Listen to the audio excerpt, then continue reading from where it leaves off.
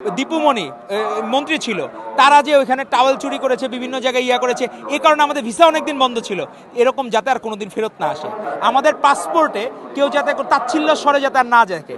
আমরা যেমন বিভিন্ন জায়গায় মালয়েশিয়া, সৌদি আরবে গেলে যেমন পাসপোর্টটাকে মনে করে বাংলাদেশি কেমন জানি একটু বাজে চোখে দেখে। ধন্যবাদ আপনাকে। আসলে এই ফ্যাসিস্ট রেজিমের আমলে কেউ তো কোনো কিছু স্বাধীনভাবে ভোগ করতে পারে নাই।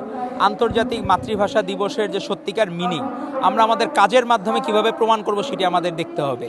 আজকে আমরা দেখলাম যে এই জায়গায় যে এখন যে এই প্রক্টরের সাইন করা, আমরা সবাই কার্ড পাইলাম, উনি হবেন সকল ছাত্র সংগঠনের, উনি হলো কি প্রক্টর হবেন সব ছাত্র সংগঠনের জন্য। শুধুমাত্র এমন না আমরা ছাত্রদল, আমাদের পার্টি এখন ক্ষমতায়, শুধু আমাদেরকে পেট্রোনাইজ করতে তা না, সকল ছাত্র সংগঠন যাতে এখানে ইনভাইটেড হয়, যেটা ছাত্রলীগের আমলে, ফ্যাসিস্ট লীগের আমলে কখনোই ছিল না।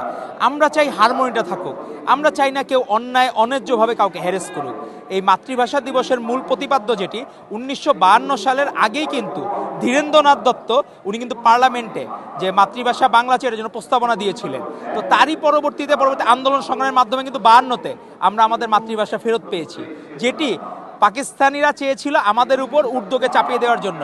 কিন্তু আমরা যে বীরের জাতি, সেই 52 থেকে শুরু হয়েছে, পরবর্তীতে 69-এর গণ অভ্যুত্থান, এটা হচ্ছে পরবর্তীতে 71 আবার উদ্বুদ্ধ করেছে মুক্তিযুদ্ধে, পরবর্তীতে 90-এর গণ অভ্যুত্থান, আর 24-এর গণ অভ্যুত্থান হচ্ছে সেই 52 থেকে যে আমাদের জার্নি শুরু হয়েছিল তার ফিনিশিং ছিল 24-এর গণ অভ্যুত্থান। আমরা কখনো আর আমাদের পিছনে ফিরে যেতে চাই না, আমরা চাই সামনে।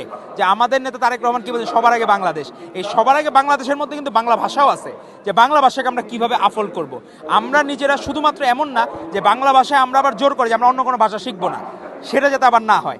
আমরা চাই এর পাশাপাশি জার্মান, ফ্রেঞ্চ, সুইস, আরবি যে ল্যাঙ্গুয়েজ শিখে আমরা চাই সারা বিশ্বে ছড়িয়ে ছিটিয়ে যাইতে।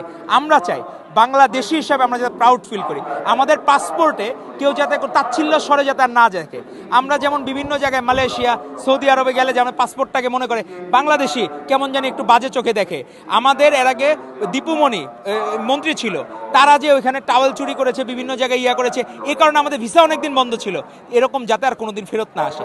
আমরা চাই নিজেদের ডিগনিটি বজায় রাখে অ্যাজ এ বাংলাদেশি হিসাবে আমরা যাতে প্রাউড ফিল করতে চাই। আজকের এই আন্তর্জাতিক মাতৃভাষা দিবস থেকে আমাদের সেটাই প্রতিবাদ্য হোক যে আমরা প্রাউড ফিল করি যাতে অ্যাজ এ বাংলাদেশি হিসাবে।